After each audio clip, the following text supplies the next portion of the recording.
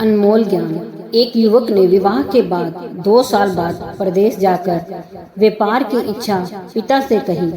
पिता ने स्वीकृति दी तो वह अपनी गर्भवती को माँ बाप के जिम्मे छोड़कर व्यापार को चला गया। प्रदेश में मेहनत से बहुत धन कमाया। 17 वर्ष धन कमाने में बीत गए तो संतुष्टि हुई और वापस घर लौटने की इच्छा हुई। पत्नी को पत्र लिखकर आने की सूचना दी और जहाज में बैठ गया। उसे जहाज में एक व्यक्ति मिला जो दुखी मन से बैठा था।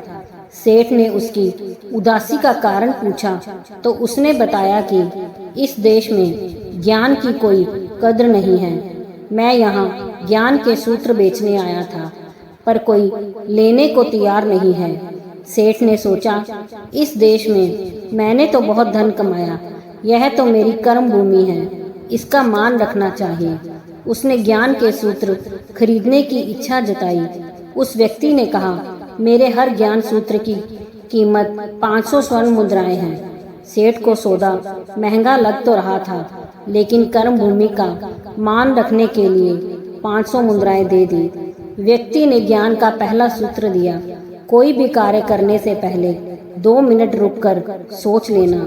सेठ ने सूत्र अपनी किताब में लिख लिया। कई दिनों की यात्रा के बाद रात्रि के समय अपने नगर को पहुंचा।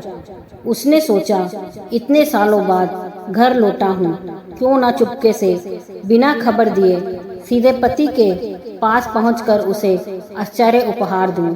घर के द्वारपालों को मौन रहने का इशारा करके सीधे अपनी पत्नी के कक्ष में गया तो वहां का नजारा देखकर उसके पांव के नीचे की जमीन खिसक गई।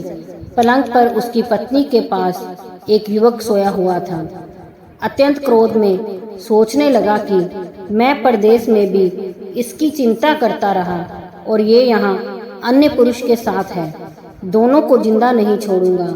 क्रोध में तलवार निकाल ली। वार करने ही जा रहा था कि उतने में ही उसे 500 अशर्फियों से प्राप्त ज्ञान सूत्र याद आया।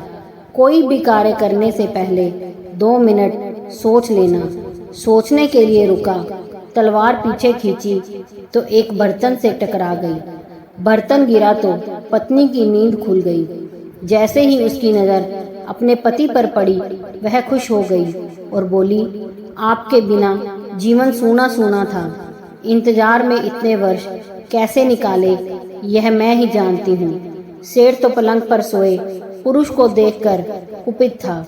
पत्नी ने युवक को उठाने के लिए कहा, बेटा जाग, तेरे पिता आए हैं। युवक उठकर जैसे ही पिता को प्रणाम करने झुका, माथे की पगड़ी गिर गई, उसके लंबे बाल बिखर गए।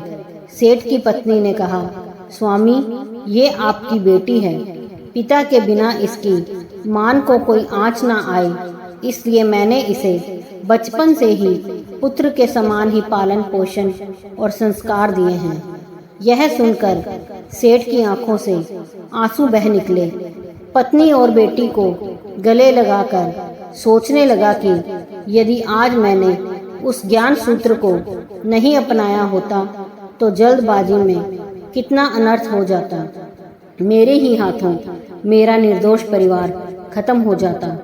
ज्ञान का यह सूत्र उस दिन तो मुझे महंगा लग रहा था, लेकिन ऐसे सूत्र के लिए तो 500 अशर्फियाँ बहुत कम हैं। ज्ञान अनमोल है। दोस्तों, अगर कहानी पसंद आई हो तो लाइक, सब्सक्राइब, शेयर जरूर कीजिए।